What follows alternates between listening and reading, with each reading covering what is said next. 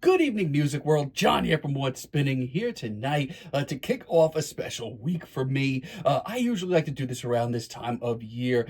Just drop a few reviews for older albums, classic records that inspired me to do what I do here for y'all all the time. And today I'm going to, take And today I'm diving into the 90s playbook to chat about a band that I've talked about plenty in the last couple of years, and usually it's in a negative light. But today I'm going to talk about them in a positive light. We're going to be chatting about the Smashing Pumpkins' Siamese Dream, which has gone down in history as one of the greatest rock albums of the 90s and one of the greatest albums of all time. And this comes at basically the band's peak. Billy Corgan, Jimmy Chamberlin, James Iha, and Darcy all at their peak creativity. And while this isn't the band's debut, it is, however, their most acclaimed record, and for a good reason.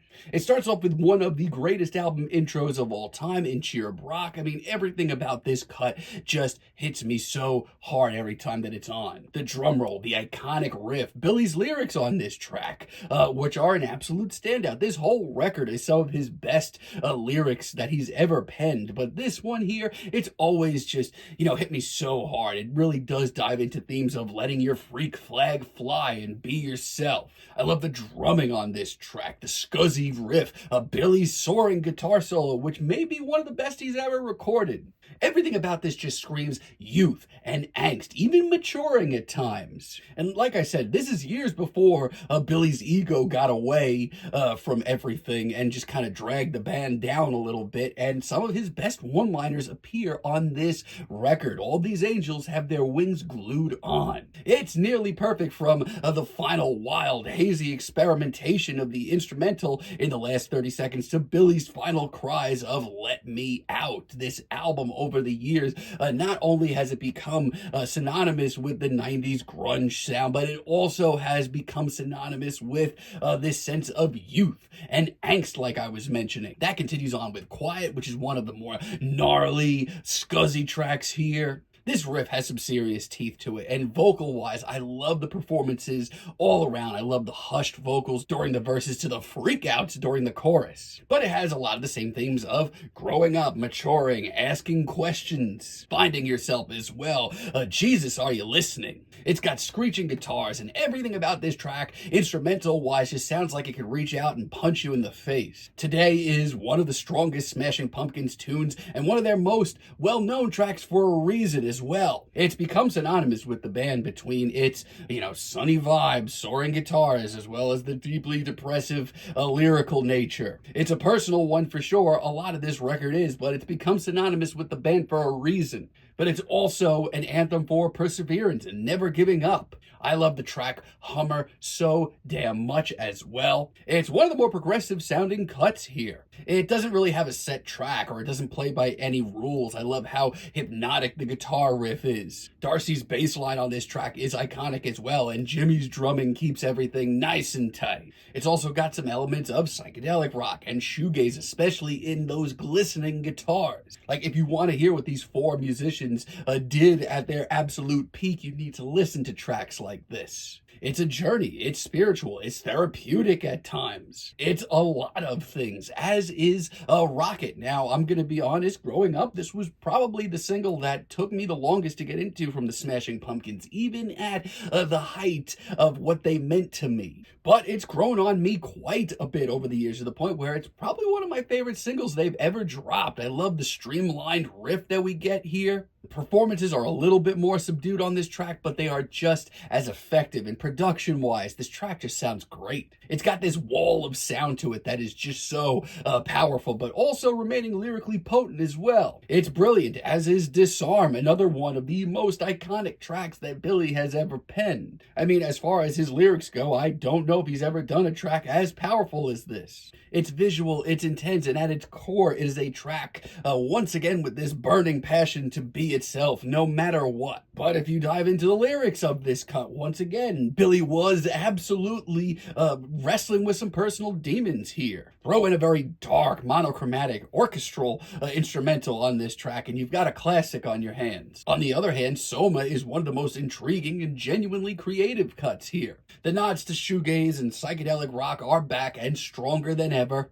It's a sleepy, hazy tune that is really tough to pinpoint, but it's also very simple, very easy to get lost in. It creeps on, slowly building, one instrumental after another. It plays by its own rules, so much so that when that gnarly guitar riff finally comes crashing in, it's thrilling. If you're looking for a journey, look no further. And Geek USA, I've said it before and I'll say it again, it is my favorite Smashing Pumpkins track of all time. This is them at their headiest, wildest, and most impactful, most urgent as well. Billy's performance on this cut, it's one of my favorite of his. I mean, he just sounds so desperate, so urgent. It's really intense as well, and everything about this track works, from the really exciting first few minutes to the more laid-back, psychedelic 2 minutes that we get of an interlude, as well as the absolutely mind-melting conclusion, which has one of Billy Corgan's wildest guitar solos. And if you ever want an example of how truly great Jimmy Chamberlin is as a drummer,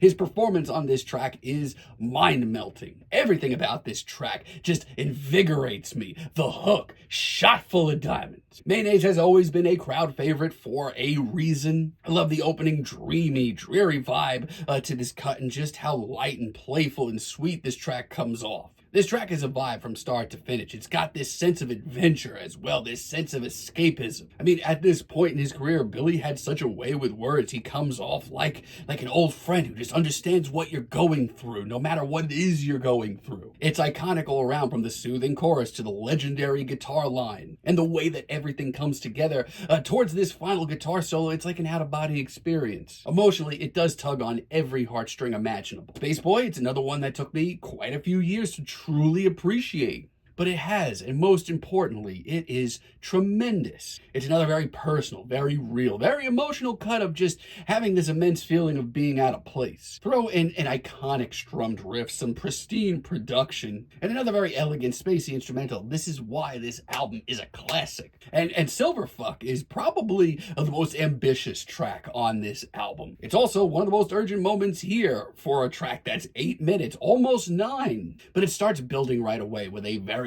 nasty guitar line and some very intense drumming. Everything about this track just seems ready to pounce. Much like Soma was earlier, as well as Hummer, this is a track that doesn't seem to play by any rules, but it's also a sort of transitional moment for the band. This shows them pushing boundaries, trying new things, really seeing how far their sound can go. And it's ironic almost, because only a few short years later on Melancholy and the Infinite Sadness, they were pushing out plenty of plus 9-minute tracks. For the moment, though, it does work to their advantage. This is the Smashing Pumpkins at their most ambitious here. Now, personally, I've always thought that Sweet Sweet was by far the weakest cut here. I mean, I respect the jangly guitars, and lyrically it does add fuel to the fire of this record just fine. That's not the issue here. I don't know, I've always just felt like it doesn't really need to be here, and it doesn't really add anything interesting at the end of the day. That's just me, though. But Luna as a finale is just such an underrated finale in the Smashing Pumpkins discography. It is a true blue ballad with Billy Corgan bearing it all. The dreamy licks, the string section, the sweet performances, it is just so